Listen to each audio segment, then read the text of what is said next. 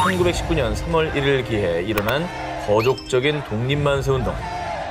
한반도 전역에 울려 퍼진 함성은 대한의 굳건한 독립의지를 전 세계에 알렸고 임시정부 수립의 발판이 됐는데요. 그 역사적인 날로부터 정확히 1년 뒤인 1920년 3월 1일 새벽, 배화학당의 뒷산 피룬대에서 대한독립만세, 대한독립만세, 40여 명의 소녀의 뜨거운 외침이 울려 퍼졌습니다. 학생들이 3.1운동 1주년을 기념하는 건가요? 사실 학생들이 1년 뒤에 뒤늦게 만세운동을 한 데에는 피치 못할 사정이 있었습니다. 3.1운동이 일어나기 이틀 전인 1919년 2월 27일 밤부터 배화학당 학생들은 3.1운동에 참여하기 위해서 만반의 준비를 했는데요. 만세운동에 전교생을 동원할 방법을 모의했고 거사 당일에 낭독할 독립선언서도 몰래 학당에 숨겨왔습니다. 그리고 한밤중에 몰래 기숙사 뒤편 철망을 넘어 시내 상가에 독립선언서를 미리 배포, 은밀히 3월 1일을 기다렸는데요. 그렇게 맞이한 거사날 3월 1일. 그런데 말입니다. 학생들이 만세운동에 참여했다간 일본 경찰들에게 잡혀갈 겁니다. 위험해서 안 돼요. 당시 배화학당의 스미스 교장은 어린 학생들의 안위를 걱정해 전교생에게 집합 금지 조치를 취한 것입니다. 게다가 엎친 데 덮친 격으로 학생들이 불온한 짓을 모의했다는 제보를 받았다. 주모자가 누구야? 당장 나와! 학당에 들이닥친 일본 경찰들. 만세 시위 사전 주모 학생을 색출하려 하는 바람에 배화학당 학생들은 끝내 3.1운동에 참여하지 못했던 것이죠. 그리고 3월 10일 휴교령이 내려지면서 학생들은 강제로 뿔뿔이 흩어졌습니다. 그렇게 열심히 준비했는데 얼마나 분했을까요? 수업이 재개되고 다시 학당에 모인 학생들의 독립을 향한 강한 의지를 꺾을 수가 없었습니다.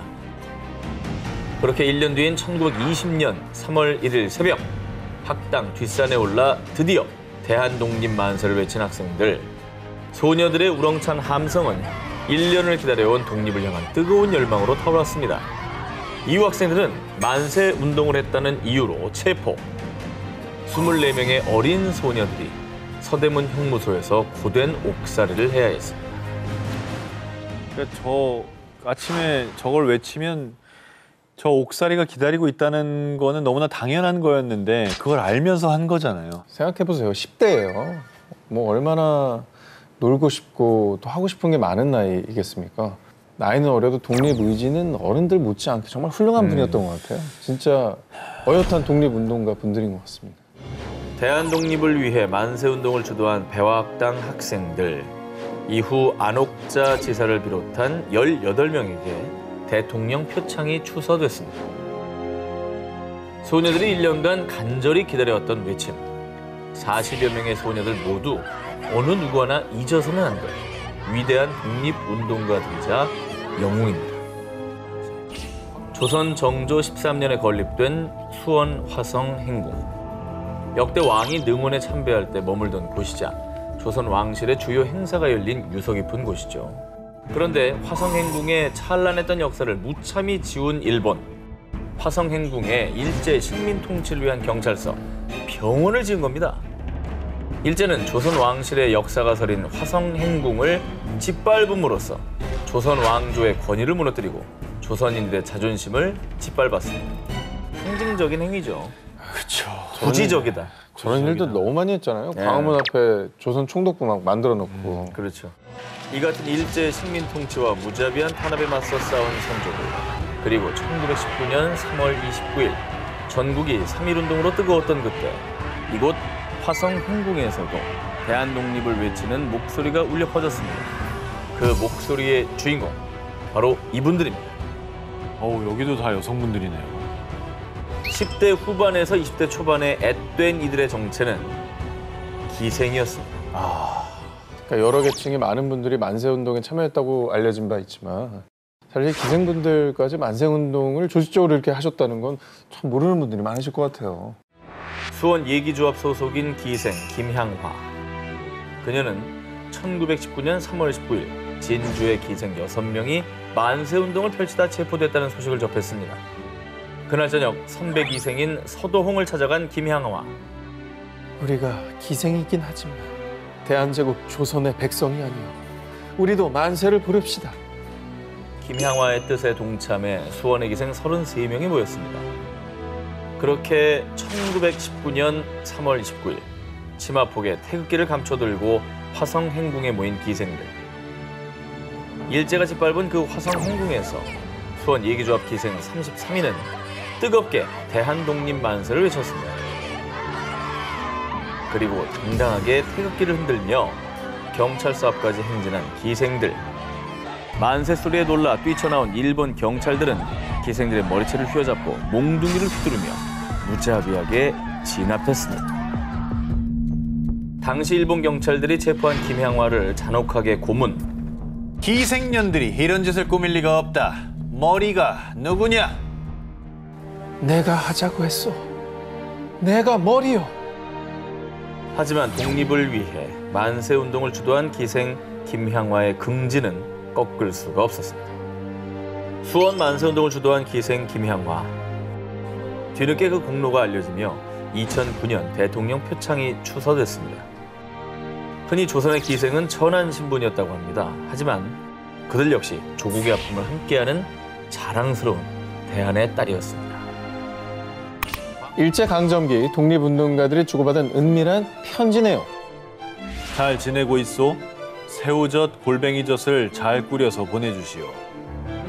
저번 여우 사냥은 성공적이었소. 이번엔 토끼와 꿩을 사냥하려는데 같이 닭다리나 뜯읍시다.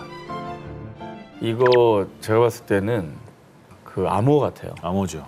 일본 일제가 이제 그 걸려도 모르게. 번역을 해도 못 알아듣게 하려고 우리만의 암호가 아니었을까. 그러니까 내용 자체만 보면 그냥 일반적인 안부 편지인데 근데 암호 편지인데 말이 안 되는 게 꿩 사냥하는데 닭다리를 뜯자잖아요. 그러니까 이게 뭔가 상징하는 말이 있는 거예요, 지금. 자, 일본의 밀정에 의해 밝혀진 독립운동가들의 암호문입니다.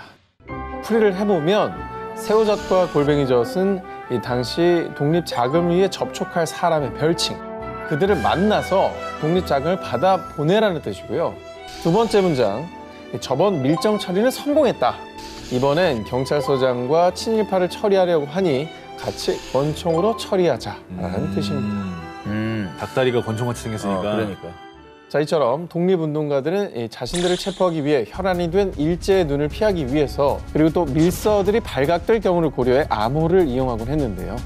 그래서 암호는 주된 독립운동 수단 중 하나이기도 했습니다. 독립운동가들의 암호를 좀 살펴보면요. 자, 독립운동가들은 대체로 한글 암호를 이용했습니다. 예를 들어 자음 기역, 니은, 디귿과 모음 아, 야, 어를 숫자 1, 2, 3으로 대입. 숫자는 점의 방향이나 짝대기로 표시하곤 했는데요. 자, 예를 들어서 3월 1일 대한독립 만세를 암호로 대입해보면 .8734, .8104, 3110, 1412, 351, 4106, 512, 7310 이렇게 대입해서 표기하는 식입니다. 독립운동의 비밀병기 암호. 암호도 종류도 다양했지만 암호를 사용하던 그들의 뜻은 단 하나, 조국의 광복이었습니다.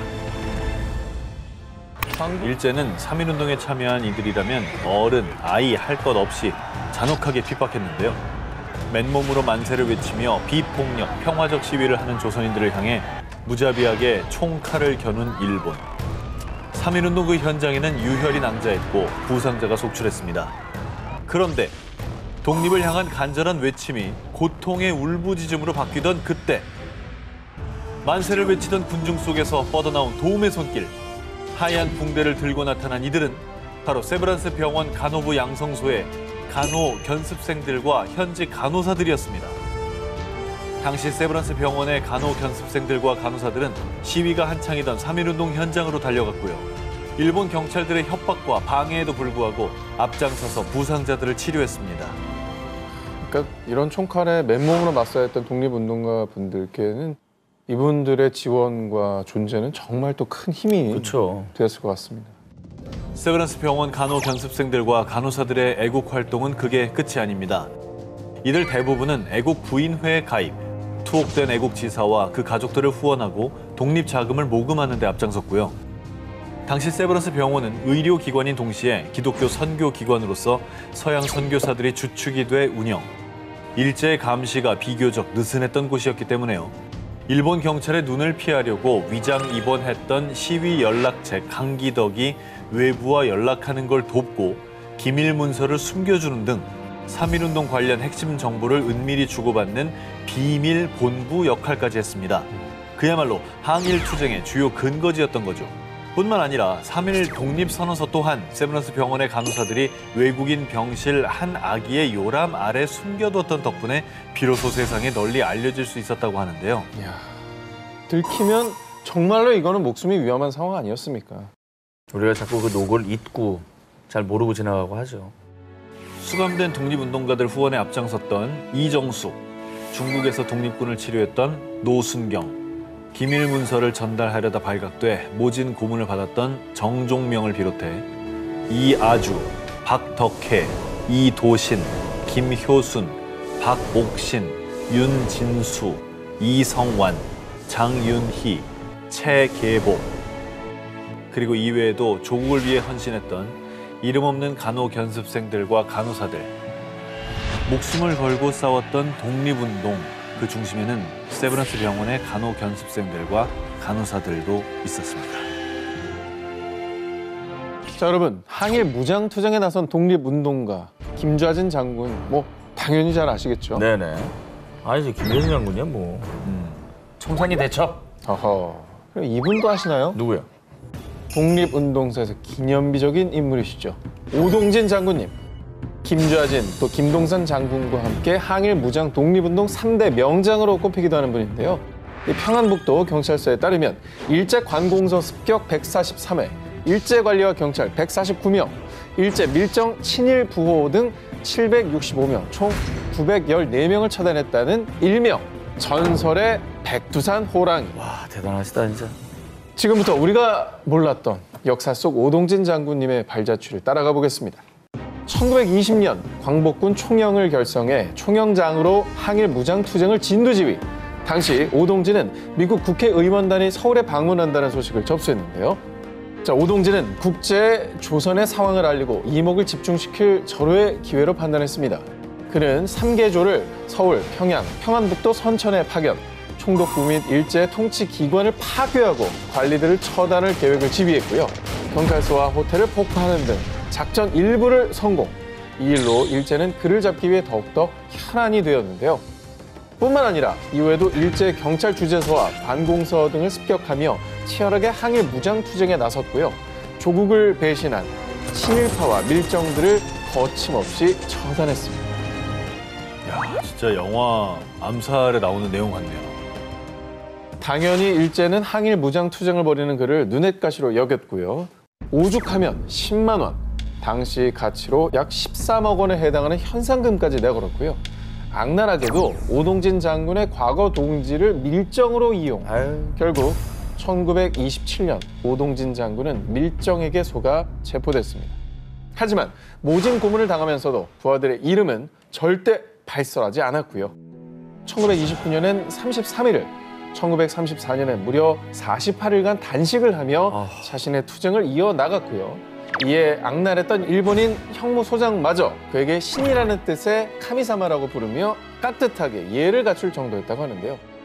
이후 1944년 12월 조선의 독립을 위해 평생 무장투쟁에 뛰어든 오동진 장군은 공주 형무소에서 광복 약 8개월을 앞두고 안타깝게 순국하셨습니다. 형무소에 잡혀와 있는 죄인인 건데 형무소장이 죄인한테 신이라고, 신님이라고 불렀다는 거 아니에요? 그렇죠. 야, 이렇게 대단한 사람을 우린 왜 또 모르고 있는 거냐? 그러니까. 당시 오동진 장군의 재판 서류는 약 5m, 건수로는 60여 권. 항일 무장투쟁 역사 그 자체이시지만 지금 현재 그에 대한 제대로 된 논문이나 역사서 그거 얼마나 될까요? 야. 지금 이제라도 그의 흔적을 되새겨봐야 할 때입니다. 나라를 빼앗겨 온 국민이 고통 속에 하루하루를 보냈던 일제강점기. 만주 하얼빈에서 침략의 원흉 이토 히로부미를 사살하고 순국한 안중근 의사. 대한민국 사람이라면 모르는 사람이 없을 겁니다. 그런데 1910년대부터 광복에 이르기까지 중국 만주 등지에서 안중근 의사 못지않은 기계와 기지로 독립운동을 펼쳤던 안성녀 여사에 대해서는 모르는 분들이 많을 겁니다. 바로 안중근 의사의 여동생입니다. 안중근 의사와 그 어머니와의 얘기만 그 널리 정도는 알려졌지. 좀 알려져 있죠. 예. 여동생의 얘기에 대해서는 잘 몰랐습니다. 독립운동가 집안의 딸로서 역시 독립의 뜻을 함께했던 안성녀 여사. 주로 중국 만주 등지에서 활동하면서요. 추위로 고통받았던 독립군들을 위해 재봉틀 부대를 조직, 따뜻한 군복을 제작해서 보급하기도 했습니다. 또한 남편과 함께 중국 하얼빈에서 양복점을 운영, 한 땀 한 땀 바느질해서 번 돈을 독립군 군자금으로 지원. 뿐만 아니라 그 양복점은 독립자금과 문서를 전달하는 독립운동가들의 아지트로도 쓰였는데요. 안타깝게도 이 사실이 곧 일본 경찰에게 발각돼 안성녀 여사는 한동안 모진 고문을 당하기도 했습니다. 하지만 안성녀 여사가 이렇듯 힘든 상황에서도 버는 족족 보탰던 독립군 군자금은 훗날 독립군의 총이 되고 총알이 되어 경제적으로 여의치 않았던 독립군들에게 아주 큰 힘이 됐습니다. 그렇게 힘들게 번 돈을 다 그렇게 독립군을 위해서 바친다는 게 그게 결코 쉬운 일이 아닙니다. 아니죠. 경제적 빈곤 외에도 모진 고문에 처벌까지 하는 그런 상황 속에서 얼마나 사는 게 하루하루가 살아는 판이셨겠어요, 진짜. 그리고 1920년대 남편이 먼저 세상을 떠난 뒤 안성녀 여사는 독립군이 모여있는 북만주 일대로 이동. 그곳에서도 조국을 위한 헌신은 계속됐는데요. 당시 안성녀 여사의 주요 임무는 독립군의 주요 문서나 군자금을 전달하는 것. 그런데 그 당시 시대 상황을 생각해 보시기 바랍니다. 전국 각지에서 독립군들이 여기저기 일어났던 상황. 그런 와중에 독립군을 위한 주요 문서와 군자금 전달이라니 감시가 너무나 심해서요.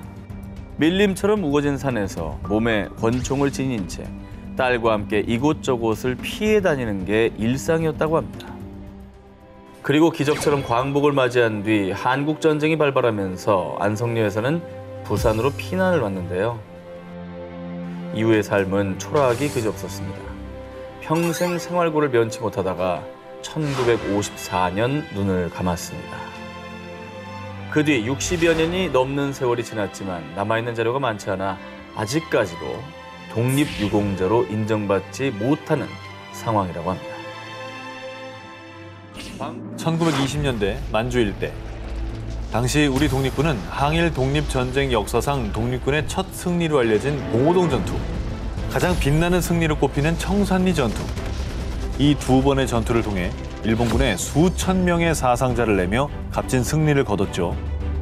이에 이 전투에서 활약했던 홍범도, 김좌진 장군 등의 이름이 널리 기억되고 있지만요. 또 한 명 주목해야 할 인물이 있습니다. 봉오동 청산리 전투의 숨은 영웅 최운산 장군입니다. 우리에게 잘 알려지진 않았지만 이분이 없었다면 작전 성공이 쉽지 않았을 수도 있습니다. 당시 우리나라 독립군이 아시아 최강이던 일본을 상대로 승리를 거둘 수 있었던 데 기여한 그의 가장 큰 업적 중 하나는 독립군 양성. 1910년 그는 형제들과 함께 만주로 이동해 봉오동 사관학교를 설립하는 등 무장 독립전쟁을 준비했고요. 이후 자신이 운영하던 약 670명의 자위 부대를 대한민국 첫 정식 군대, 군무도독부로 재창설. 이후 여러 부대를 통합한 독립군 연합부대인 대한북로독군부를 창설하는 데도 기여했는데요. 그뿐이 아닙니다. 전쟁의 승패를 가르는 데 중요한 것 중에 하나가 바로 무기 보급. 하지만 나라가 주권을 뺏겼던 그때 독립군들의 상황은 여의치 않았는데요. 그런데 이때 우리는 강해져야만 합니다. 내가 독립군에 지원을 하겠소. 독립군의 식량과 군복, 무기 공급 등 군자금 일체를 자비로 충당.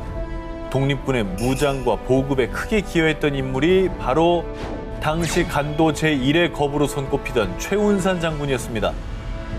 그 덕분에 독립군은 각종 신식 무기로 무장, 체계화된 군사훈련을 받음으로써 승리의 기반을 닦을 수 있었던 겁니다. 영화 봉오동 전투에도 각지의 독립군들이 하나로 똘똘 뭉쳐 일제에 대항해 싸우는 장면이 나오는데 수많은 독립군 그 사이에 최운산 장군 또한 있었던 겁니다. 하지만 안타깝게도 최은산 장군은 6번이나 투옥되는 동안 극심한 고문을 받은 끝에 광복을 고작 한 달 앞둔 1945년 7월 세상을 떠나고 말았는데요. 또웬 운명의 장난이. 가혹하다. 역사의 길이 남은 봉오동 청산리 전투, 피와 땀으로 얼룩졌던 그 현장에서 활약했던 최운산 장군, 꼭 기억해 주시기 바랍니다. 1920년 캐나다 현지 언론의 보도. 일본 무고한 민간인 학살 논란, 침략자 일본의 잔혹한 만행. 바로 일본이 간도 일대에서 자행한 끔찍한 학살, 간도 참변을 알리는 보도였습니다. 이에 일본을 향한 국제사회에 거센 비난이 쏟아졌는데요. 간도 참변을 국제사회에 알린 의인은 기자가 아닌 캐나다 출신의 의사 스탠리 마틴이었습니다. 야, 기자가 아닌 분이. 의사 선생님이시라고요? 기자가 아니었습니다. 의료 선교사로 조선과 처음 인연을 맺은 마틴은요, 1920년 간도 용정의 제창병원에서 병원장으로서 근무 중이었는데요. 그런데 1920년 10월 말, 당시 일본군은 장암동에서 성인 남성 33명을 교회에 가두고 방화, 교회에서 탈출한 남자들은 총으로 사살하는 천인 공노할 만행을 저질렀습니다. 일본의 만행을 모른 척할 수 없던 마틴은 겨우 생존한 조선인들에게 그날의 진실을 묻고 장암동 학살 사건을 낱낱이 취재했습니다. 그러자 일본은 취재 중인 마틴을 방해하며 협박했는데요. 하지만 마틴은 그 어떤 협박에도 굴하지 않았습니다. 일본군을 따돌려 학살 현장을 카메라에 담고 이른바 장암동 학살 보고서를 작성. 이를 현지 언론에 보도하게 함으로써 국제사회에 일본의 잔혹한 살상 행위를 폭로한 겁니다. 사실 우리는 우리나라라는 어떤 마음이 있기 때문에 할 수 있는 거지만 결국 이 대한 독립을 위해서 같은 마음으로 진심으로 힘써주신 데에서 정말 뒤늦게나마 또 한 번 감사하다는 말씀 진짜 드리고 싶네요. 본인의 나라도 아니잖아요. 그렇죠. 그런데 스탠리 마틴의 희생은 이뿐이 아니었습니다. 사실 스탠리 마틴은 일본군에겐 요주의 인물이었는데요. 앞서 1919년 3월 13일 용정에서 일어난 만세 시위 중 사상자가 발생하자 병원장이었던 마틴은 부상자들을 정성껏 치료해주는 건 물론 사망자들을 위한 합동 장례를 치러줬고요. 감사하다. 독립 집회를 여실 거면 우리 병원이 안전할 겁니다. 그리고 숨을 곳이 없으면 우리 병원으로 오십시오. 독립운동가들을 적극 지원. 스탠리 마틴의 병원에서 독립 사상을 고취하기 위한 각종 문서가 인쇄되기도 했습니다. 얼마나 큰 힘이 됐을까. 버팀목이잖아요, 이게 보면. 그러니까 일본 입장에서도 여기를 건드리면 자기도 큰일 날 거 아는 거야. 근데 사실 본인은 무서웠겠죠, 얼마나. 은밀하게 암살당할 수도 있는 거고. 그러니까요. 간도 참변, 장암동 학살 사건의 참상을 국제사회에 알리고 독립운동가들을 도운 의인. 대한민국 정부는 스탠리 마틴의 공을 기려 1968년 건국 훈장 독립장을 추서했습니다. 1919년 3.1운동을 기점으로 전국에서 일어났던 수많은 열사들. 천안 아운의 장터에 유관순이 있었다면 수원 산루리 마을에는 이선경이라는 소녀가 있었습니다. 유관순 모르는 사람 있습니까? 아유, 없죠. 자, 그렇다면 이선경 아는 사람 있습니까? 부끄럽습니다. 그러니까 그렇게 물어본다는 것부터가 부끄럽네요. 네. 당시 20살도 채 안 됐던 어린 나이. 서울로 통학했던 이선경은 서울역에서 만세 시위에 동참. 독립에 대한 열망을 더욱더 키웠습니다. 그렇게 수원 최초의 학생 비밀 결사 조직인 구국민단을 결성. 상해 임시정부와 연락을 취하며 상해판 독립신문 애국찬가 등을 수원 일대 비밀리에 배포했습니다. 치마 속 혹은 앞가슴에 비밀 문서를 넣는 기지를 발휘. 일본 경찰들의 눈을 아슬아슬하게 피할 수 있었고요. 그렇게 지켜낸 비밀 문서를 대전과 청주, 안성 등지의 독립운동가들에게 수십 차례에 걸쳐 전달했다고 합니다. 정말 이름이 잘 알려지지 않는 청년단체도 많은 것 같아요. 전국 각자 이름 없는 학생들이 당시에 뭐 독립을 위해서 똘똘 뭉쳤다는 거잖아요.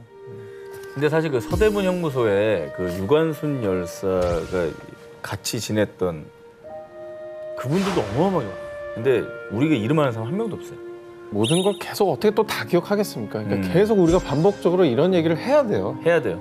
하면서 조금이라도 남기고 그 뜻을 계속해서 다시금 생각할 수 있는 기회를 가져야 됩니다. 이때 이선경에겐 하나의 꿈이 있었습니다. 나는 상해 임시정부의 간호사가 돼서 조국을 위해 싸우는 독립운동가들을 도울 겁니다. 10대 소녀 이선경의 독립의지는 그 어떤 어른 못지않게 강했습니다. 오직 조선 독립이라는 그 꿈만으로 목숨 걸고 활동했던 소녀 이선경. 그리고 마침내 독립자금을 가지고 꿈을 이루기 위해 서울에서 상해로 출발을 앞둔 상황. 하지만 끝내 일본 경찰의 발각, 체포되고 말았습니다. 외놈들이 내 민족을 죽이느냐 이 말이다. 당시 이선경이 투옥됐던 곳은 서대문 감옥의 여감방. 유관순 열사도 갇혀 있었던 곳으로 혹독한 고문을 하기로 악명이 높았던 곳입니다. 독립운동에 관계된 조직원 한 명이라도 더 잡기 위해 혈안이 돼 있던 일본 경찰들. 매질은 예사였습니다. 물고문, 전기고문 등 모든 잔혹한 방법을 동원해 고문. 차라리 목숨이 끊어지는 게 낫겠다 싶을 정도였지만 언제부터 조선 독립에 대한 생각을 가졌는가? 태어났을 때부터요. 만약 석방된다면 다시 이 운동을 벌일 생각인가? 그렇소. 나라의 독립을 위해 싸우겠소. 대한독립의지를 꺾지 않은 이선경. 결국 이선경은 집으로 돌아온 지 불과 9일 만에 그토록 바라던 조국 광복을 보지 못한 채 순국했습니다. 석방되어도 다시 나라의 독립을 위해 싸우겠소. 목숨을 걸고 독립운동을 펼쳤던 어린 소녀 이선경 열사였습니다. 광복 77주년을 맞이한 올해, 하지만 77년의 세월이 흘렀음에도 독립운동 자료들이 부족한 탓에 그 공적을 인정받지 못한 독립운동가분들이 너무너무 많은 게 현실이죠. 그런데 2009년 대한독립운동사에 아주 귀한 자료가 될 기록물이 하나 발견됐습니다. 독립운동 취재록인가요? 뭐죠? 이건 기록물 같은데 그냥 누구 이렇게 약간 이러이러한 일이 있었고 계획했고 이런 걸 써놓은 건가요? 책은 아닌 것 근데 같은데. 이제 종이를 한번 자세히 보세요. 이거 약간 가게에서 쓰는 계산서 같은 거 아니에요? 가계부 같은데. 저 합계 아니야? 합계? 자, 그렇습니다. 이 기록물의 상단에 한자와 한글로 적힌 문구를 보면요. 아래와 같이 물건이 있으니 확인해 주시기 바랍니다 라는 뜻입니다. 즉, 이 독립운동사의 귀한 사료인 이 기록물은 영수증 위에 쓰인 겁니다. 영수증 맞네. 네, 영수증에 독립운동의 역사를 남긴 이는 바로 1932년 9월 한중연합군과 일본군이 교전을 벌인 쌍성보 전투를 승리로 이끈 주역 이규채 선생입니다. 독립운동을 하며 형편이 넉넉지 않았던 이규채 선생이 포천의 한 상점에서 영수증 묶음을 얻어 손수 독립운동사를 기록, 이른바 이규채 연보를 남긴 겁니다. 아, 개인 기록을 남기셨구나. 이규채 연보에는 치열했던 독립운동의 여정이 고스란히 기록되어 있는데요. 새벽녘이 돼서야 왼쪽 손에 총을 맞아 부상을 당했다는 것을 알았다. 곁에 있던 사람이 먼저 보고서는 깜짝 놀랐다. 그뿐만이 아닙니다. 그간 대부분의 독립운동사 자료는 전투에서 누구를 처단하고 거사를 행했다는 활동 내용이 중심이었지만요. 이규채 연보는 그간 잘 알려지지 않은 독립운동의 상세한 여정을 기록했습니다. 중국의 민간 비밀 결사단체가 이규채 선생 일행을 일본의 정탐꾼으로 오인했을 때 몸이 묶이고 그 끈을 말 안장에 매달고 말을 달리게 하는 바람에 목숨을 잃을 것만 같았다. 이 목숨이 위태로웠던 아찔한 순간까지 세세하게 기록했고요. 당시에 일제 혹독한 감시, 독립운동가로서 느끼는 고단함과 심지어 일본이 현상금을 걸고 수배한 독립운동가 5명 가운데 자신이 이 두 번째로 현상금이 높았다는 내용까지 독립운동 현장을 생생하게 담아냈습니다. 심지어 1934년 기록에서는 이규채 선생이 중국 상하이에서 활동할 당시 과거 독립운동을 함께했던 동지 중 한 명이 이 돈을 받고 일본 경찰에게 밀고에 체포된 일화까지도 나와 있습니다. 아, 진짜 디테일하다. 사실 그 기록 남길 생각을 했다는 것도 좀 대단하시고. 근데 덕분에 우리는 이제 그때 상황을 더 자세히 알 수 있는 거잖아요. 그렇습니다. 이규체 연보에는 이 밖에도 이규체 선생이 독립운동 중 만난 수많은 사람의 이름이 등장. 귀한 자료가 되고 있습니다. 진짜 귀하다. 이규체 선생의 회고록 기자, 치열한 독립운동이 생생하게 기록된 연보.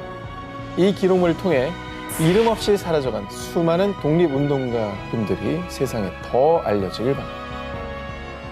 두 기자님은 일제강점기에 우리나라 독립운동가 분들이 활동했던 해외 지역 하면은 어떤 곳들이 떠오르십니까? 일단 중국, 일본, 미국. 미국에서도 뭐 하와이에서도 활동을 또 많이 하셨잖아요. 뭐 안창호 선생도 계셨고 네네네.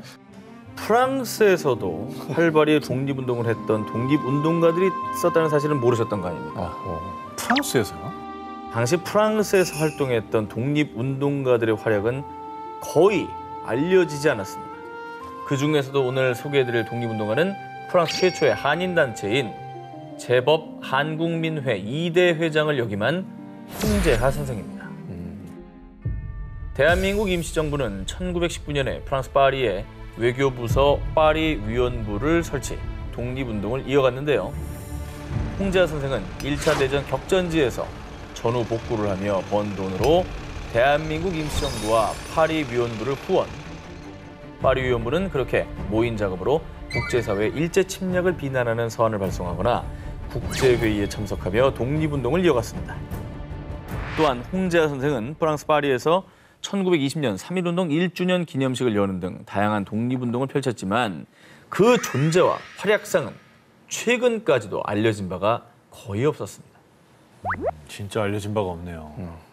일단 프랑스에서 그런 일이 있었다는 것도 모르잖아요, 우리가. 네. 그렇죠. 근데 어쩌다 또 프랑스까지 가셔서 저렇게 독립운동 하게 되신 거예요?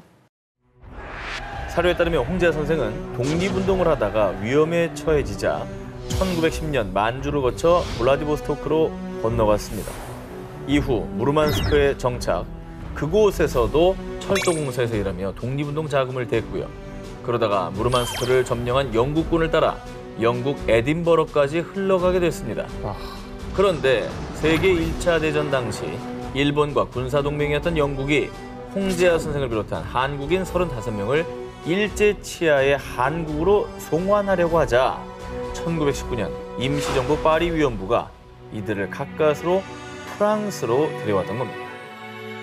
어쨌든 외딴 곳에서도 본인 사시는 것도 너무 힘드셨을 텐데 나라의 독립만 또 생각하고 지원해 주셨던 건 너무 감사한 일이네요, 진짜. 독립운동을 이제 국내에서 하는 것도 진짜 의미가 있지만은 해외에서 국제사회에 알리는 것도 굉장히 중요하지 않습니까? 너무 중요하죠. 홍재하 선생은 해방이 되면 꼭 조국으로 돌아가리라 했지만 한국전쟁이 발발하면서 끝내 고국 땅을 밟지 못한 채 1960년 암으로 타계했습니다. 작고한 지 약 60년 만인 2019년 드디어 우리 정부로부터 독립운동 공적을 정식으로 인정, 건국훈장 애족장을 추서받았습니다. 너무 늦었다. 홍재하 씨의 차남인 장자크 씨는 부친이 남긴 각종 서신과 임시정부 자료 등 독립운동 관련 유품 일체를 국사편찬위원회에 기증했습니다. 2019년이면 너무 늦었네요. 정말. 너무 60년 지났어요. 조국을 떠나 머나먼 이국만리 프랑스에서도 독립의 꽃을 피우기 위해 힘써주신 독립운동가들이 있었다는 사실 절대 잊지 말아야겠습니다. 1919년 3월 1일 서울에서 시작된 3.1운동은 당시 전국으로 불길처럼 확산. 3월 23일 전라북도 임실군 오수 한 시골에서도 울려 퍼졌는데요. 그런데 특이한 것은 오수 만세운동을 주도한 이기송 지사를 비롯해 연락책도 이 씨, 행동대장도 이 씨, 주요 인물들 상당수가 이 씨였다는 겁니다. 이 씨 집성촌인가요?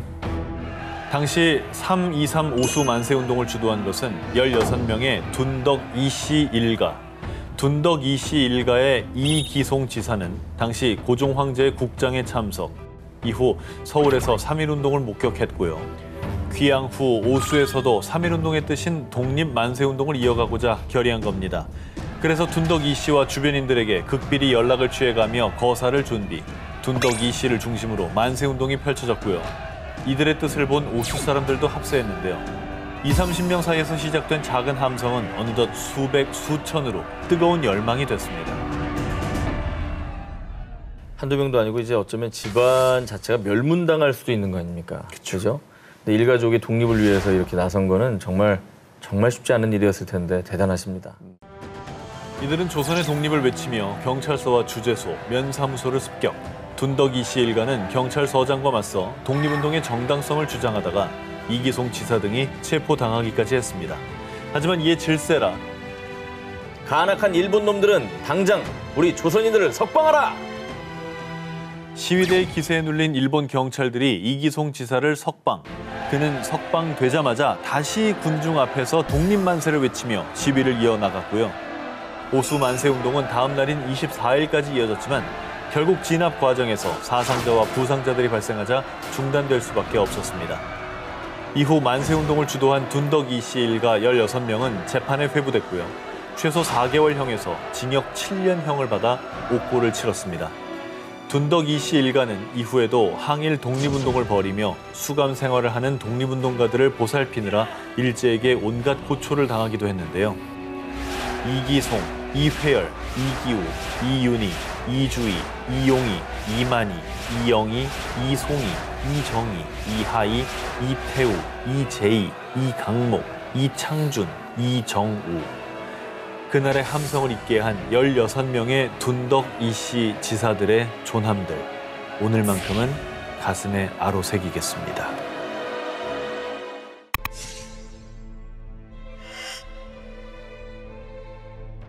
이 조선의 왕자는 왜 일본에서 갑자기 목숨을 잃었을까요?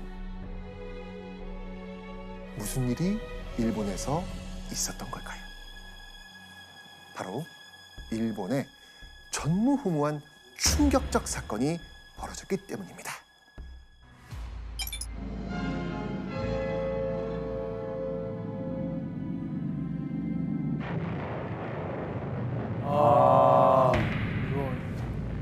아유, 알죠, 알죠. 6일이었구나. 알죠. 와,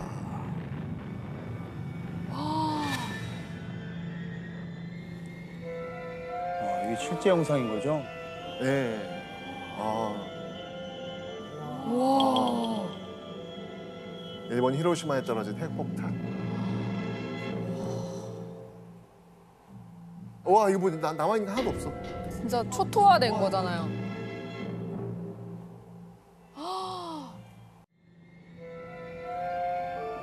야, 이 영상으로만 봐도 너무 엄청나네요. 너무 엄청나요. 우와. 당시 일본 제국은 연합국의 계속된 항복 요구를 무시한 채 아시아와 태평양 일대에서 침략 전쟁을 이어가고 있었죠. 결국 이런 일본을 완벽하게 무릎 꿇리고 하루빨리 전쟁을 끝내기 위해 연합국인 미국이 꺼낸 카드. 그것은 바로 핵폭탄이었습니다. 결국 1945년 8월 6일 이날 아침 8시 15분 출근 중이던 이우가 이 폭발에 휘말리게 된 겁니다. 온몸에 화상을 입은 이우는요, 급하게 병원으로 이송됐지만 새벽 내내 괴로움에 신음하다가 8월 7일 오전 5시 5분 34살의 나이로 결국 사망합니다. 아이고.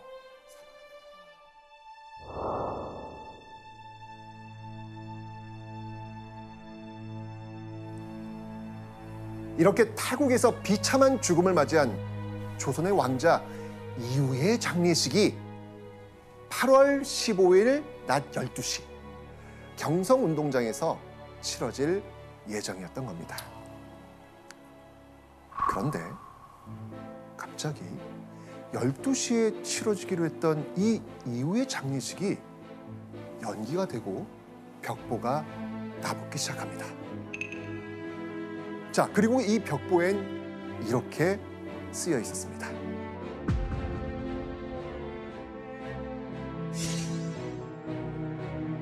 오늘 정오 중대방송 1억 국민 필청.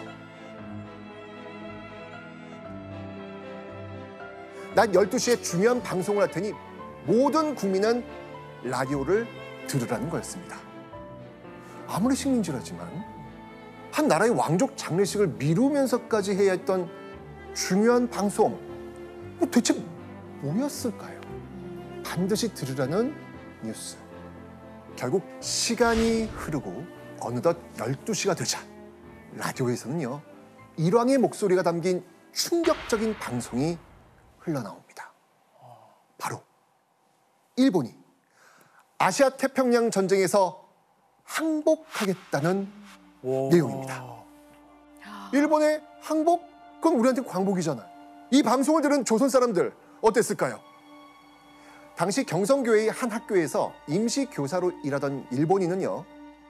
이날의 기억을 이렇게 적고 있습니다. 15일 저녁 나는 황금정, 육정목 부근을 전차로 지나갔지만 아무런 혼란도 없었다. 번화가 중 번화가였던 오늘날 을지로 육가를 지나갔지만 사람들이 기뻐하며 보이는 어떤 모습도 없이 거리가 평온했다는 겁니다. 그날 나왔는데 방송이 나왔는데도 그러니까요. 그날 저녁이 쥐 죽은 듯이 조용했다라는 거잖아요. 거의 막 파티를 해야 되는 분위기일 텐데. 그렇죠. 왜 그러지? 그리고 이날의 증언은 더 있습니다. 8월 15일의 경성은 마치 쥐 죽은 듯했다. 당시 방송의 내용을 보시면 알 수 있습니다. 방송 내용이요? 네, 궁금하시죠? 네네.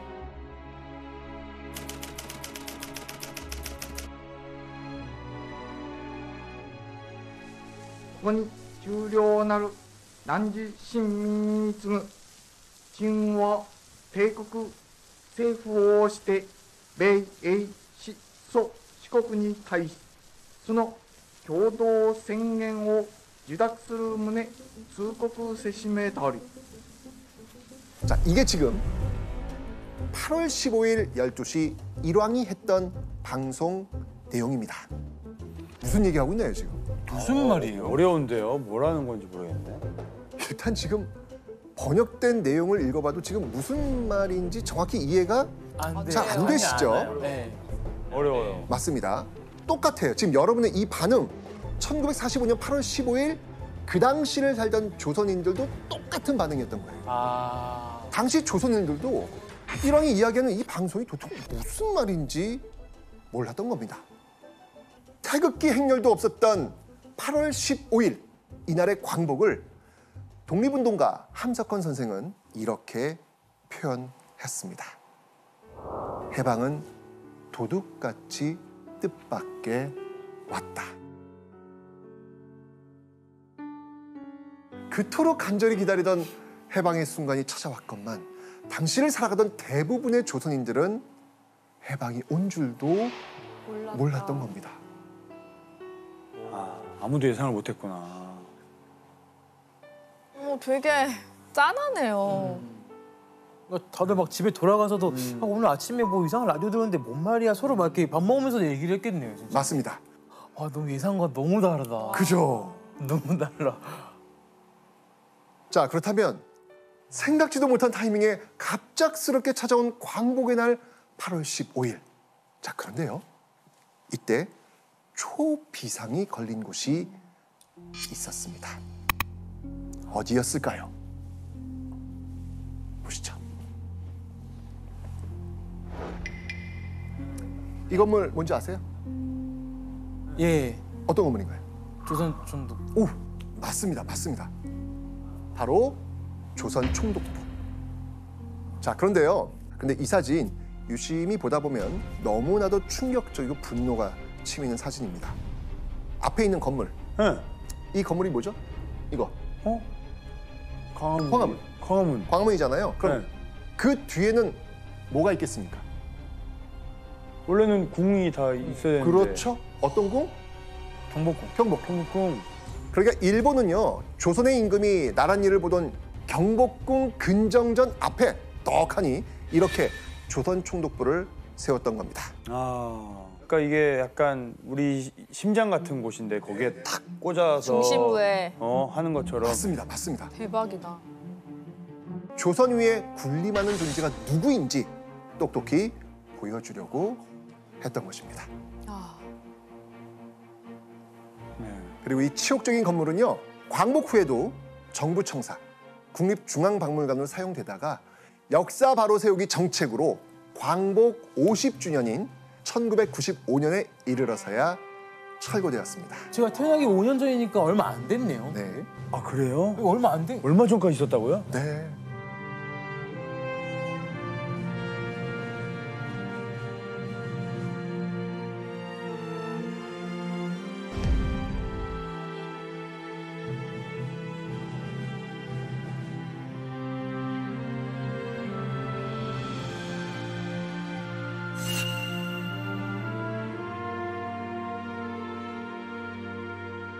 해방되고 나면 당연히 일본인들을 상대로 조선인들이 보복할 것이다 라고 생각할 수밖에 없잖아요. 네. 그죠? 그래서 발등에 불이 떨어진 조선 총독부가 처음으로 도움을 구한 곳이 있습니다. 어디였을까요? 도움을 구할 데가 있어요? 일본에 도움 구하는 거 말고는 방법 없는 거 아니에요? 맞습니다. 당연히 일본 정부였죠. 일본이 정말 항복을 하는지, 앞으로 어떻게 대응해야 하는지 그 도움을 청하기 위해서 여러 차례 연락을 취했습니다. 그런데 아무 답도 오지 않는 거예요.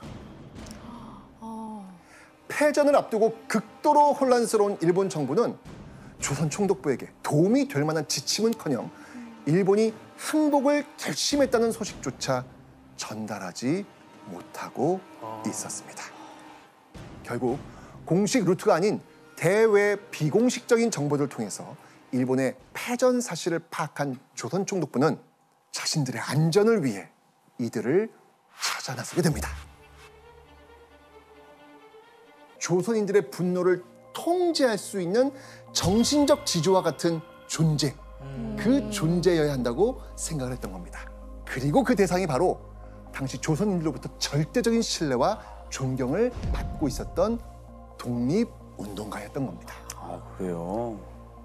조선 총독부는 식민 통치 내내 이 그들의 철저한 감시와 고문을 감당하며 수만 번 마음 편히 쉴 수 없었던 독립운동가들에게 자신들의 안전을 부탁하면서 매달리기로 한 겁니다. 그 독립운동가는 누구였을까요? 일본이 선택한 바로 이 사람입니다. 바로 몽양 여운형이었습니다.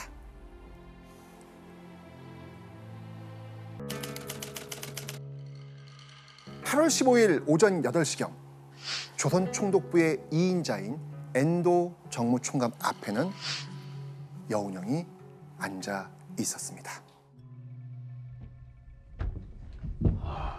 いらっしゃいませ。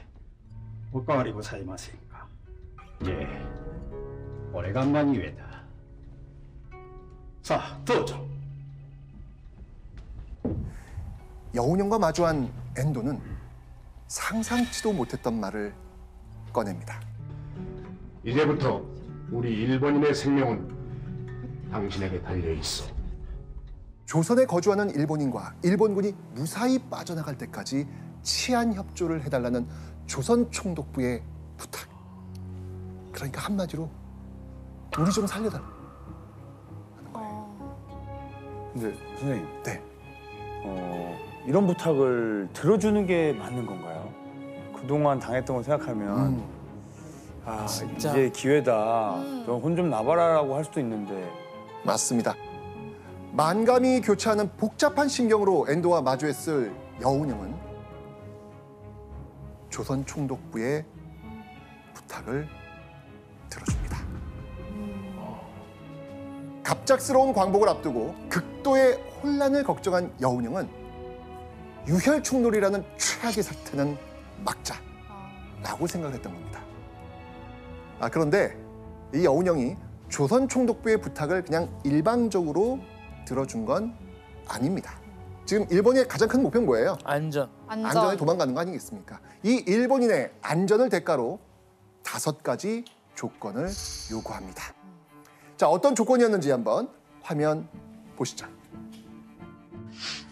정치범과 경제범을 즉시 석방할 것. 이 정치범과 경제범은요, 일본 제국주의에 저항하다가 감옥에 갇힌 사람들을 의미합니다. 즉 식민 지배라는 특수한 상황이 아니라면 범죄자가 될 리 없는 사람들이었겠죠. 여운형은 억울한 이들의 석방을 첫 번째로 요구합니다. 두 번째 조건으로요. 3개월간 식량을 보장하라. 당시는 전쟁 중이었습니다. 그래서 이 한반도의 식량과 생필품의 보급을 조선 총독부에서 통제하고 있었거든요. 이대로 이 조선 총독부가 갑자기 손 딱 놓아버리면 당장 먹고 사는 문제에 지장이 생길 수밖에 없습니다. 그래서 이 조선이 정상적인 체제를 찾을 때까지 식량 배급 문제를 책임지라고 요구한 겁니다. 세 번째는요. 치안 유지와 건국을 위한 정치 활동에 절대로 간섭하지 말라. 네 번째, 청년과 학생을 조직 훈련하는데 간섭하지 말라. 다섯 번째, 근로자와 농민을 건국 사업에 동원하는데 간섭하지 말라. 요약하면 조선인들의 치안과 건국을 위한 독자적인 활동을 앞으로 절대 방해하지 말라는 겁니다. 신경 쓰지 말라. 그렇죠. 그렇죠. 자, 그렇다면 이 5가지 조건을 들은 엔도 어떻게 반응했을까요? 일단 알았어. 알겠어. 해줘야죠. 본인이 지금 빨리 도망가야 되는데. 맞습니다. 거부할 이유도 겨를도 없었습니다. 바로 5가지 조건 수락합니다. 그리고 엔도와의 회담을 마친 여운형은 8월 15일 그날 저녁 6시 종로구 개동의 2층 양옥집에서 조선 건국 준비 위원회라는 조직을 발족합니다.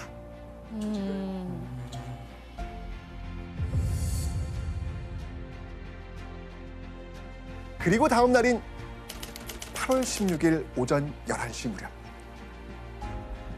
이곳에 몰려든 많은 사람들이 애타는 마음으로 굳게 닫힌 철문을 바라보고 있었습니다. 바로 이곳입니다.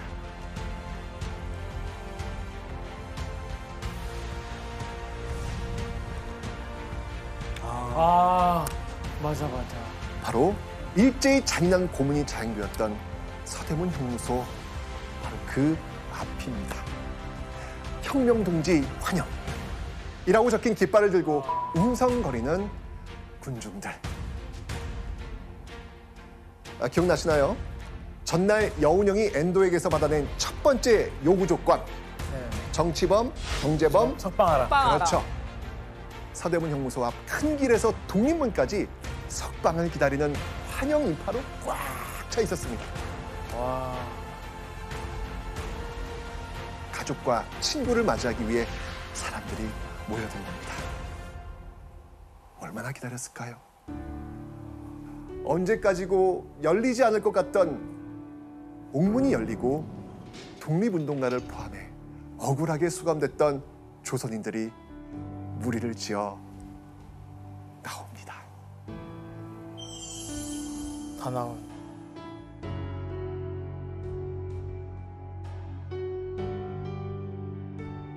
부축을 받고 나오는 등이 굽은 사람에게 여인과 3명의 아이들이 기쁨의 함성을 지르며 달려갔다.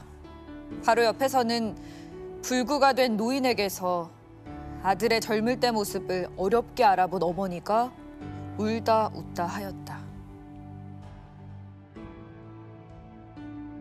남편이자 아버지를 살아서 다시 만났다는 감격으로 여인과 아이들은 달려가 한 남자를 얼싸안습니다. 하지만 남자는 고문에 시달려 등이 굽고 부축이 필요할 정도로 몸이 상해버린 상태였죠. 그리고 그 옆에는 길고 혹독한 수감 생활로 불구가 된 채 바짝 늙어버린 아들을 겨우 알아본 어머니가 통곡하며 맞이하는 모습. 석방된 사람들은 모두 오랜 옥살이로 안색은 창백하고 뼈에 가죽만 겨우 달라붙어 앙상한 모습이었습니다.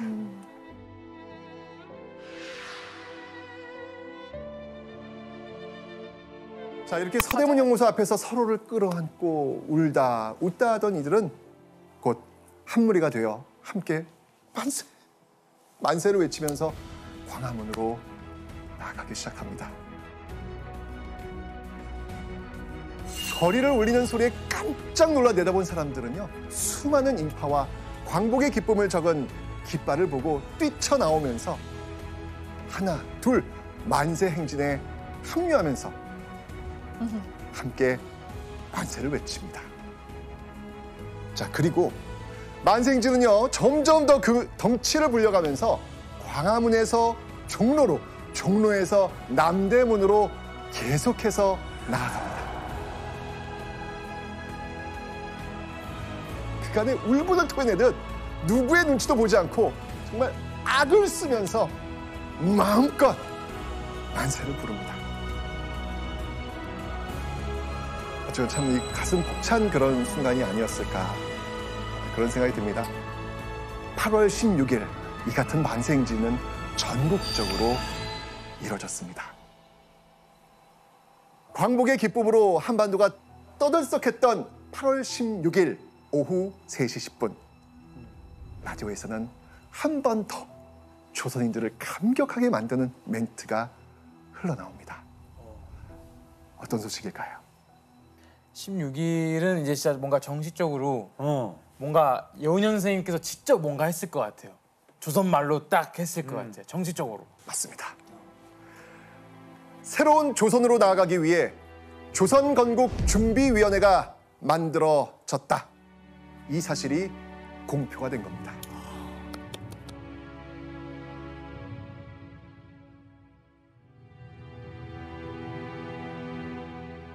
불과 하루 전까지만 해도 이 조선총독부의 검열 탓에 조선에 유리한 소식을 알린다는 것은 불가능했습니다.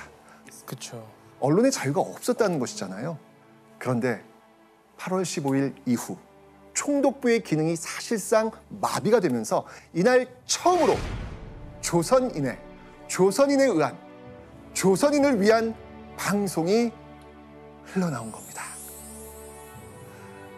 검은 연기가 솟아오르기 시작합니다. 빨리 움직여! 빨리! 대체 무슨 일이 벌어지고 있었던 것일까요?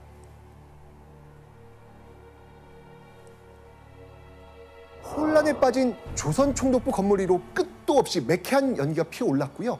청명한 이 조선의 여름 하늘엔 뭔가를 태운 재가 눈꽃처럼 휘날립니다. 건물 안 조선 총독부 직원들은 숨가쁘게 움직이고 있었습니다. 빨리 움직여! 빨리 태워! 빨리 태워! 무슨 소리지? 서류들을 다 없애버리는 거. 그렇죠. 그때 시작했을 때부터 모아놨던 모든 그런 조선에 대한 기록들이 있을 거 아니에요. 맞습니다. 그걸 다 없애는 거예요. 맞습니다. 앞으로 한반도에 진주할 연합군이나 조선인 지도자의 손에 결코 들어가서는 안 될 일제히 만행이 담긴 기밀 문서들이었을 것입니다. 그리고 이런 상황은요, 뭐 조선 총독부뿐만이 아니고 시내 곳곳에 다른 관청들, 뭐 경찰서 역시 마찬가지였습니다. 나중에 문제될 수 있는 소식들을 다 태워버리는 것이죠. 문서 파기, 이게 너무 중요하니까. 자, 그럼 궁금합니다. 당시 조선에 거주하던 일본인들 어땠을까요? 근데 진짜 도망가야지. 어떡해? 도망가는 거 말고는 사실 방법이 없을 것 같은데. 그냥 패닉이었습니다. 안 그러겠습니까?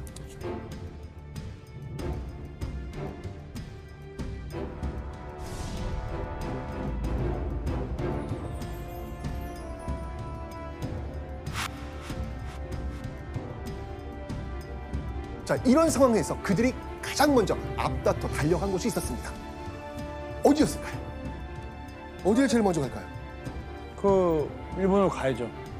가기 전에 여길 들렀다 가야 될 것 같은데. 그거 필요하잖아요. 돈. 그렇죠. 맞습니다. 은행이었습니다. 사상 초유의 대량 예금 인출 사태가 벌어집니다. 뱅크런이 벌어진 겁니다.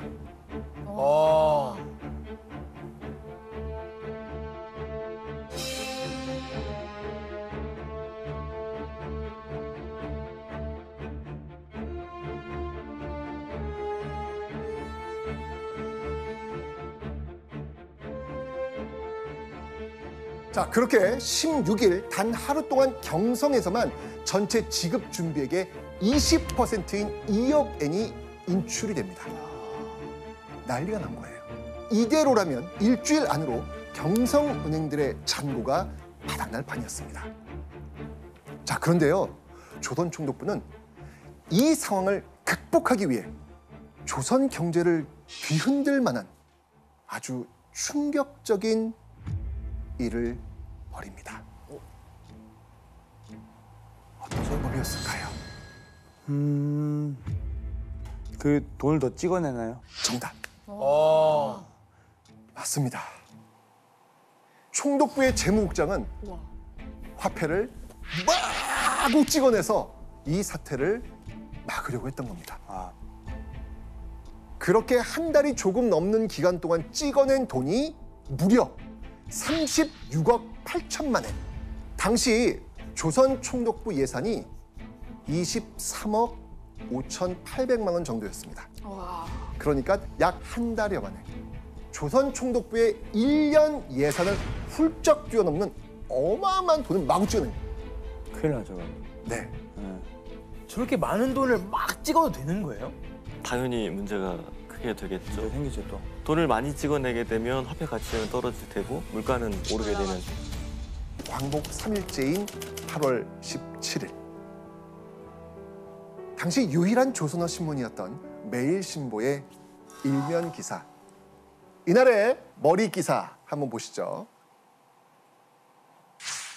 호해의 정신으로 결합.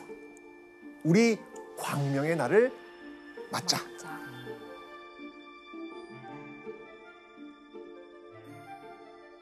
당시 신문을 보면요.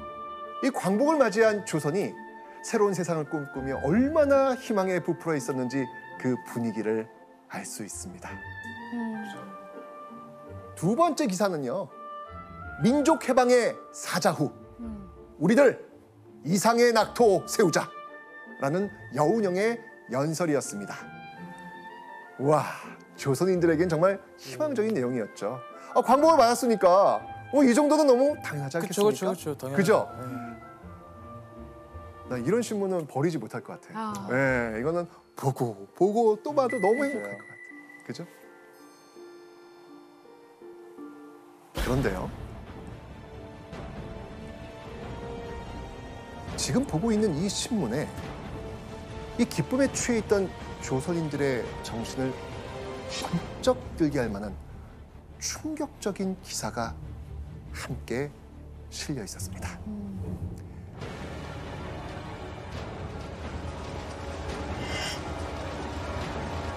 경거망동을 삼가라. 경거망동을 삼가라. 그러니까 야, 너도 조심해. 이거잖아요, 지금. 네. 아니, 이 분위기에 이게 무슨 말이야, 지금? 지금 분위기 파악 못하는 것 같은데. 그렇죠. 네. 이런 단어를 쓸 타이밍이 아닌 거 아니죠. 같아요. 네. 이 기사 누가 냈을까요? 그 주체는 바로 일본군이었습니다. 일본군이 조선을 향해 경거망동을 삼가라 라고 이야기하고 있습니다. 자, 이들이 대체 무슨 말을 하는 건지 기사를 좀 더 자세히 살펴보도록 하죠. 시위운동 일체 불허. 민중들은 절대 자중하라.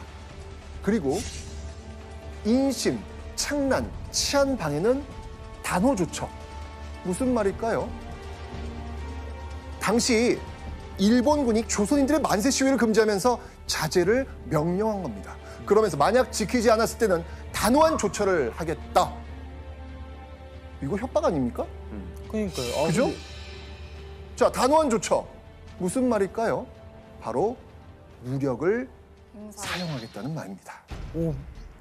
아니, 독립된지 해방된지 몰라요, 이분들? 진짜 사태 파악이 안 되는 거 아닐까요? 지금도 지금 은행 가고 난리 나고 무섭다고 덜덜덜 떨면서 저런 기사를 낸 건데 뭐 이런 기사를 왜 낸 거예요? 네. 조선 총독부와 여운형이 합의한 지 불과 3일째 패전한 일본군이 갑자기 이런 기사를 낸 이유. 당시 조선 주둔 일본군은요.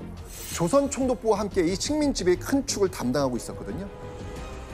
자, 근데 조선 총독부는 지금 여운형과 합의를 하고 움직이고 있는 거예요. 그런데 일본군은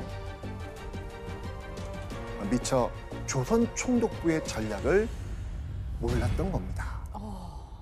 다음 날에서야 이 충격적인 사실을 파악한 일본군의 참모들은 격분합니다. 어떻게 이런 중대한 일을 군과 사전 상의도 없이 벌일 수 있단 말인가? 당시 조선 주둔 일본군은 이렇게 생각을 했습니다.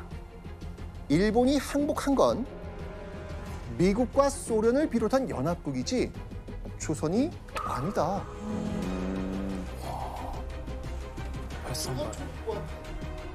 우리가 무사하게 귀환하려면 우리가 무장을 유지한 채로 조선인들을 여전히 억압하고 통제한 상태에서 귀환할 수 있다고 판단을 했던 걸로 생각이 됩니다. 그렇게 8월 17일 오전 10시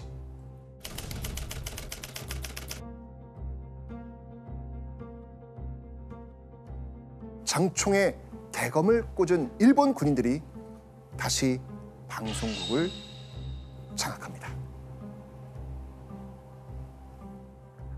방송국은 이 시간부터 일본군이 접수한다. 점령한 곳의 주민은 포로나 마찬가지 처벌을 받는 게 통상적이다.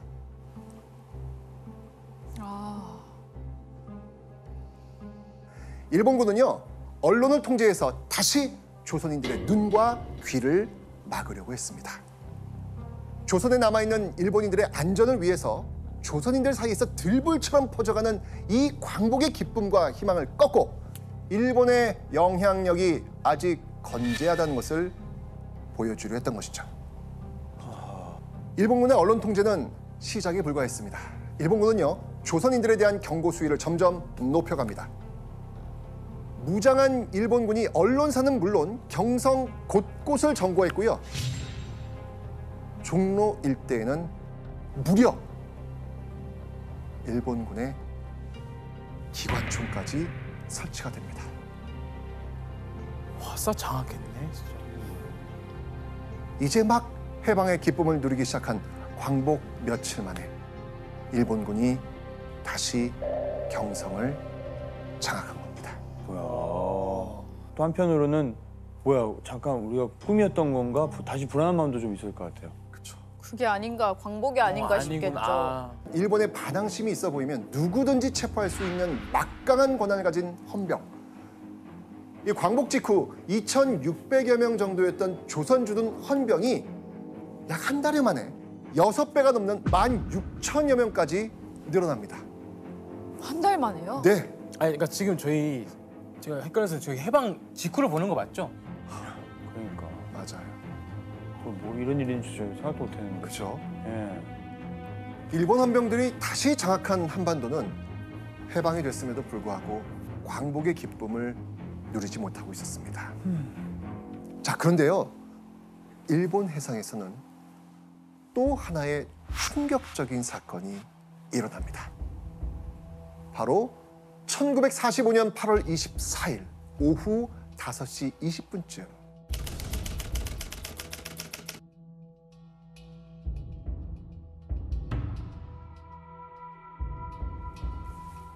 꽝! 하는 귀를 찢을 듯한 굉음과 함께 일본 부근 해상에서 배 한 척이 폭발합니다. 배의 중앙이 쩍 갈라지면서 가운데부터 서서히 침몰하기 시작했고요. 배에 타고 있던 사람들은 그대로 배와 함께 바닷속으로 사라졌습니다. 문제의 배를 한번 보시겠습니다. 길이가 무려 108m나 되는 거대한 일본의 수송선 우키시마호였습니다. 엄청 큰데요? 자, 그런데요, 이 배에 타고 있었던 사람들 누군지 아세요? 그러니까 이 배가 어디서부터 어디로 가는 거예요? 맞아요, 저도. 일본에서 한국으로? 한국으로. 그러면은 해방 사실을 알고 가족들 모아서 한국으로 오던 조선으로 들어오려고 하는 사람들인가요?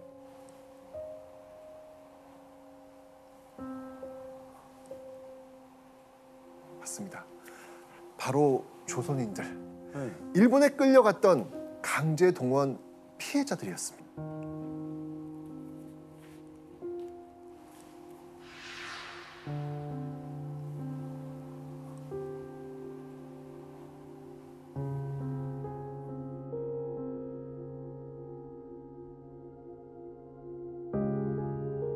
낯선 일본 땅에 끌려와가지고 수년 동안 이 노역에 시달리면서도 조국의 광복과 고향에 돌아갈 날을 기다리던 조선인들은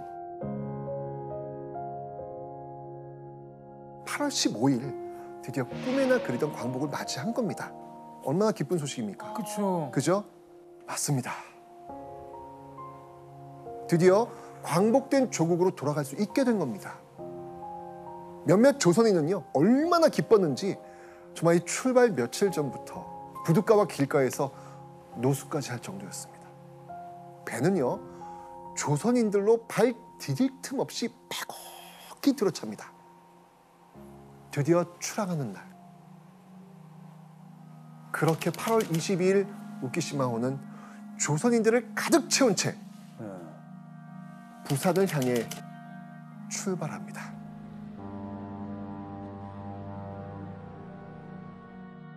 하지만 이틀 뒤 이 우키시마호는 일본 해상에서 폭발하고 만 겁니다.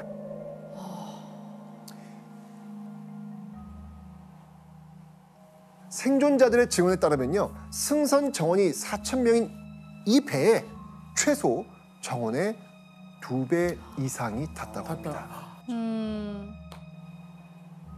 8,000명, 9,000명, 10,000명. 빨리 가고 싶었던 거죠. 이 조선인들 태운 귀국선 우키시마호는 대체 왜 폭발했던 걸까요? 왜 폭발하지? 저렇게 큰 배는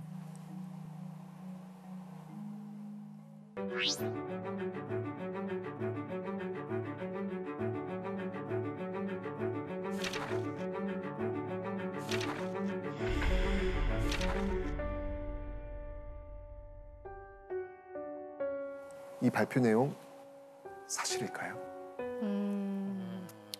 아닐 것 같아요. 여기는 이상한 점이 있습니다. 자, 일본의 주장대로 기뢰 때문에 배가 침몰했다면 구멍이 어떻게 뚫려야 할까요? 선체 바깥쪽에서 안쪽으로 구멍이 뚫려 있어야 되겠죠. 그렇죠. 바퀴 터수. 네, 외부에서 네. 이렇게 된 거니까. 그렇죠? 그런데 훗날 인양한 우키시마호 바닥의 구멍은 선체 안쪽에서 바깥 방향으로 뚫려 있었습니다.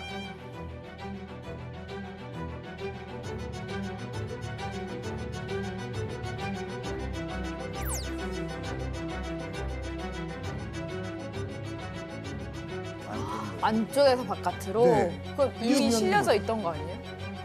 안에 터져가지고 그 쇠가 바깥으로 휜 거잖아요. 맞습니다. 폭발이 배 내부에서 있었다는 걸 짐작해 볼 수 있는 모습입니다. 결국 일본 측의 주장과는 달리 일본 해군이 의도적으로 조선인들이 탄 배를 폭파시켰을 가능성이 있는 겁니다. 아니, 이 침몰한 선체를 인양을 합니다. 9년 만에. 9년 만에 하지 않다가 일본은 왜 갑자기 마음을 바꿔서 이 우키시마호를 끌어올렸을까요? 1954년에. 54년에? 왜 갑자기? 그러게요. 9년 만에? 바로 1950년부터 53년 6.25 전쟁 네. 있었잖아요. 전쟁 후 피폐해진 한국에 이 철을 탈기 위해서였습니다.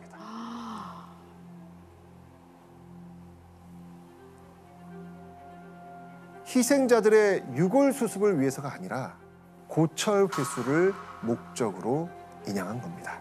그러니까 그거 팔려고 그 전쟁 때 말이 안 나오네요. 그러니까 팔려고 이렇게 꺼낸 거예요. 인명 수습이 아니고. 네.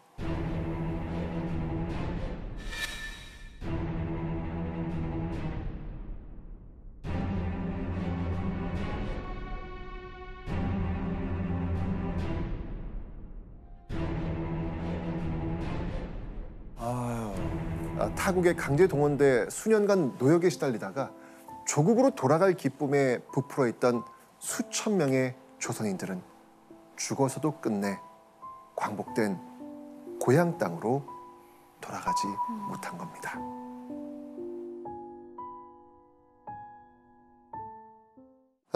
다시 조선으로 돌아와 보겠습니다. 일본군이 헌병을 늘리면서 이 조선인들을 협박하고 있는 상황. 일본군이 언제까지 이런 방법으로 광복된 조선을 억누를 수는 없습니다.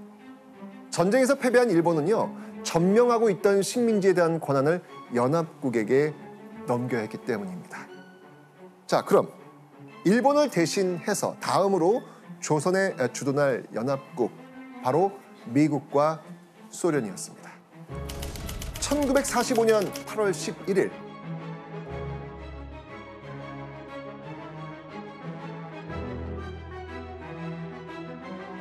이때 미국은 소련에게 이렇게 제의합니다.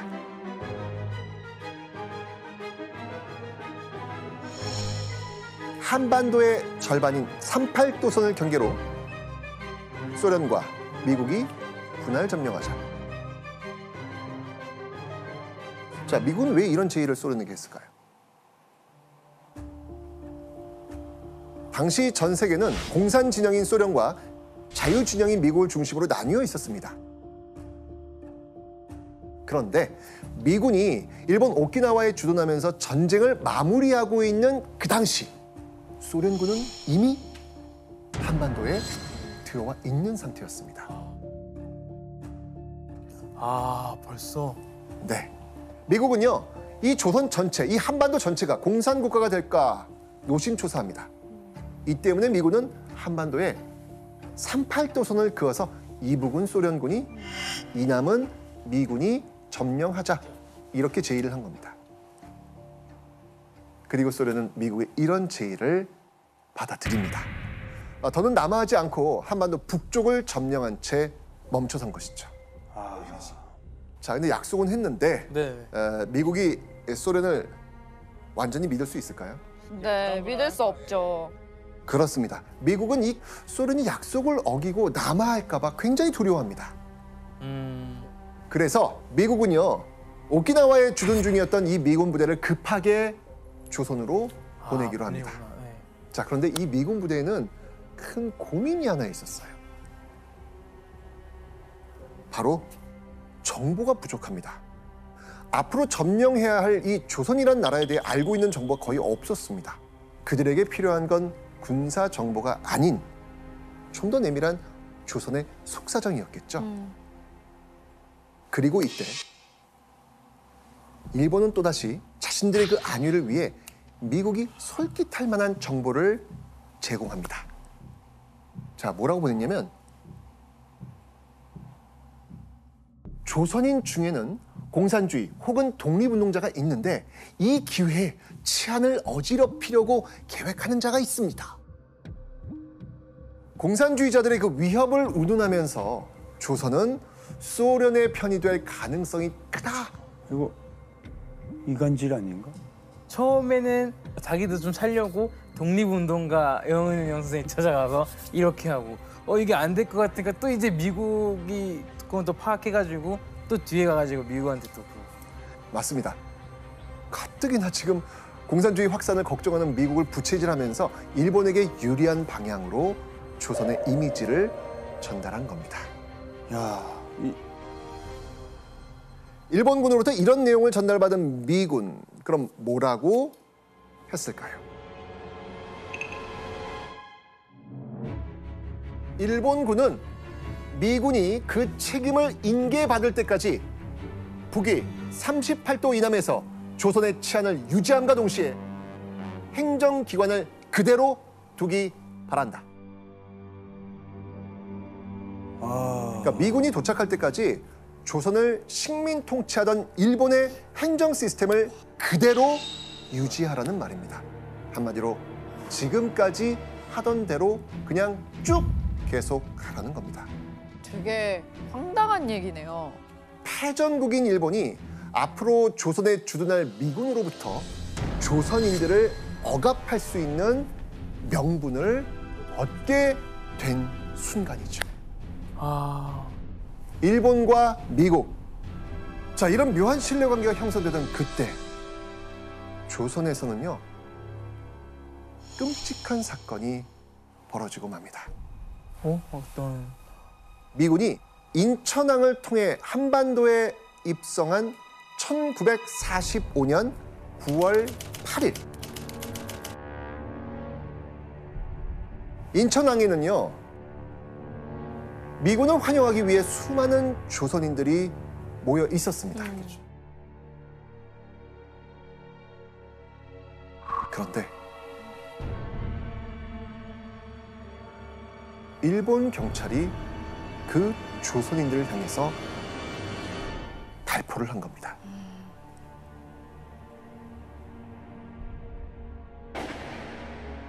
그런데요, 더 충격적인 건 미군이 이런 일본의 행동을 두둔한 겁니다. 선생님, 이건 좀 아니지 않아요? 왜 이렇게 발포한 사람, 그 경찰들을 두둔한 거예요? 미군이? 그 이유는 미군 측의 한 말을 보면 알 수 있습니다. 일본 경찰은 조선인의 대규모 시위를 효과적으로 막았다. 공산주의자들이 막 우와 이러는 걸로 이제 이간질한 거에 당한 거죠. 맞습니다. 죄 없는 조선인 2명은 영문도 모른 채 직사했고요. 14명이나 부상을 당했습니다. 조선인들은 일본과의 전쟁에서 승리한 미군이 조선에 오면 패배한 일본이 조선 땅에서 쫓겨나고 진정한 자유가 찾아올 것을 기대했습니다. 그런데 현실은 그들의 예상과는 완전히 달랐습니다. 일본은 자신들의 안전을 챙기기 위해 미군의 신뢰를 얻고 무고한 조선인을 희생시키면서까지 더욱 기승을 부리기 시작했던 것이죠.